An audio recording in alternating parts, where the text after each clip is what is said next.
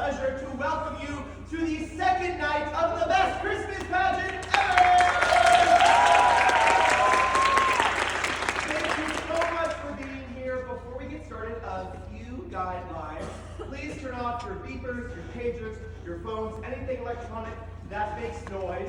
And if you're thinking, well, Bridger, I need my phone to take an awesome photo of this awesome show, we've got something better for you. We take a ton, and I mean a ton, of promotional photos. I think it's like 56 high-resolution photos during dress rehearsal and rehearsal. And I will send each and every photo to you. If you flip your program over, you will see my email. Just shoot me a little email. I'll send you the entire folder of all of the photos. You can post them. You can print them. You can do whatever you want with them. And then you get to enjoy a screenless night. Huzzah. And also a reminder that it is against our copyright agreement to film or photograph the show. So instead we take those awesome photos for you guys to enjoy. After the show, our actors will be outside these double doors with little buckets for something we like to call Bucket Brigade, where we ask for donations to support our students doing something really exciting next semester.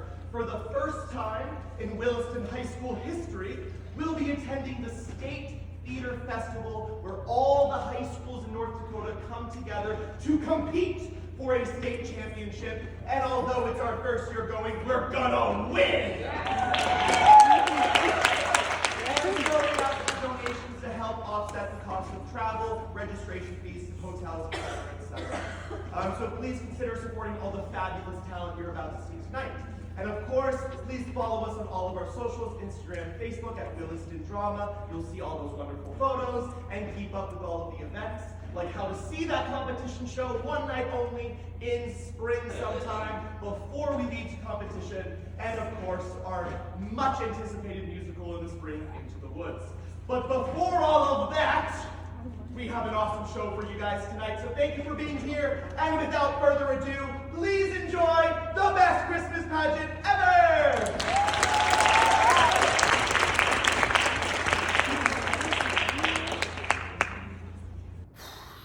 We finished the Christmas play. It's all done.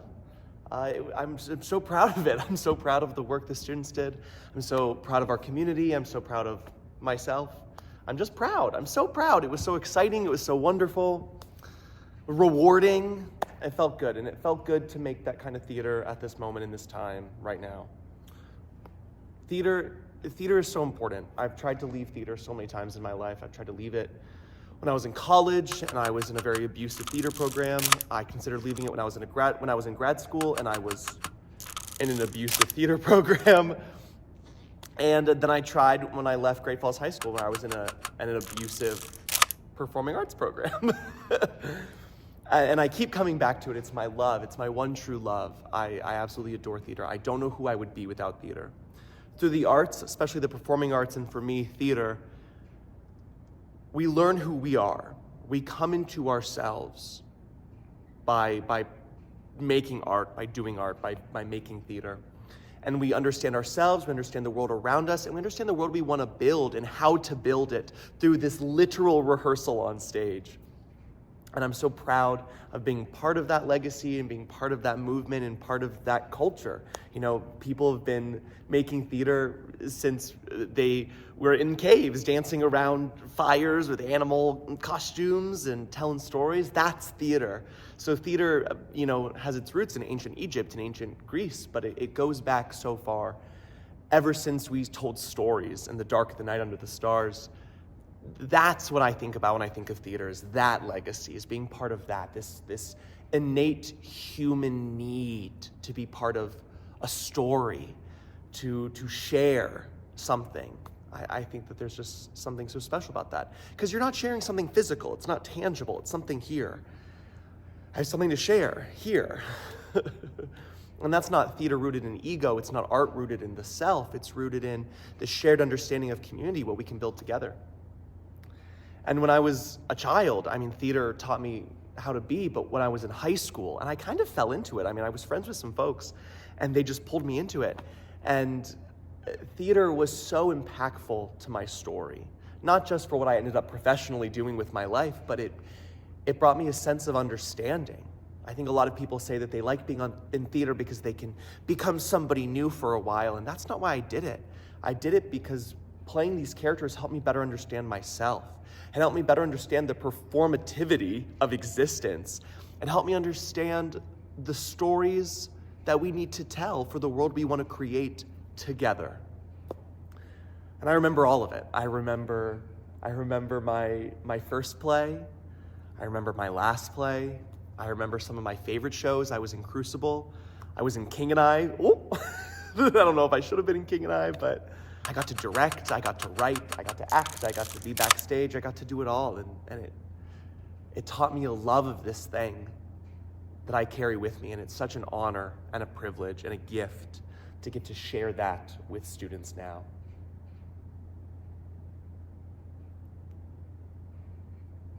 Teaching high school has made me think so much about when I was in high school. And I was so horrible. And I'm so, I think about all the good, and the good I earned so much. I fought for everything I had. It taught me that all I could do was fight. And I'm still learning to lay down the sword. I'm still learning that a bridge built doesn't mean a bridge burned. And I love burning bridges. But I don't have to.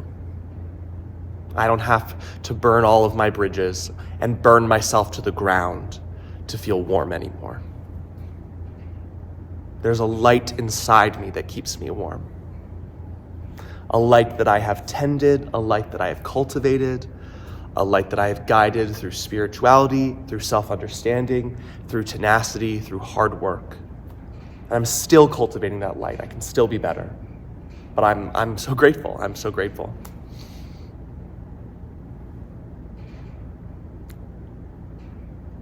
And I'm grateful that I have a life worth living so that I can look back and know that I know better than when I did all these things where I hurt people and I hurt myself and I burned the world down around me because I was running from myself.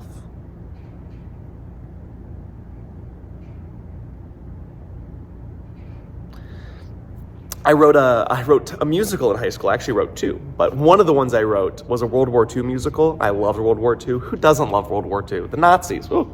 We loved when you could punch a Nazi and it was just great. But I wrote this musical called Shrapnel in high school about World War II. And one of the songs in the first act is called Every Underdog Has His Day. And of course, it's a little autobiographical, but it's before the character goes through this big transformation. One of the opening parts of that song, he says, every underdog has his day, but now you don't, the umpire says, as I step down from the plate.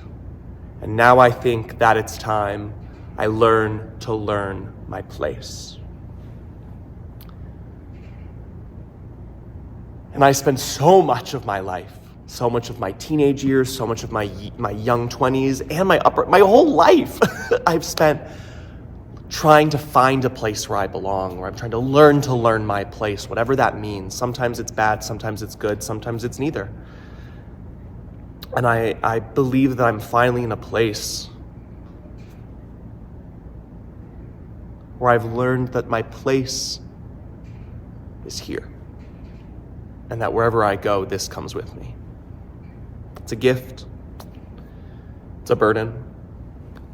It's a joy.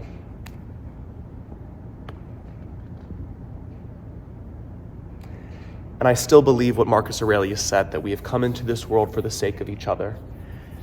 And so, if you can't bear humanity, you have to teach them.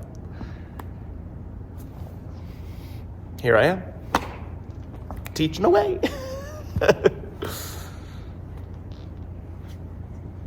It's not all doom and gloom.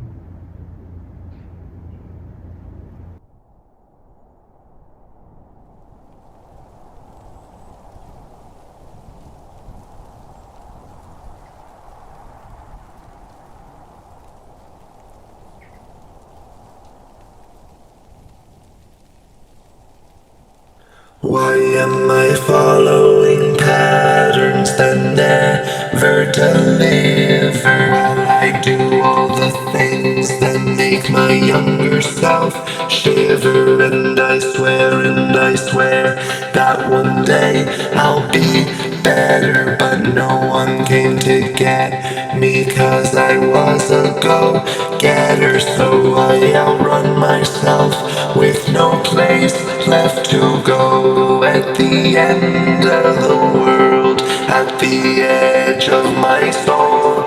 So I'm writing this song, and I swear I've been honest, but I'm keeping my eyes on the place where the dawn is. And they tell me my body is keeping the score, but the fire inside me is keeping me warm.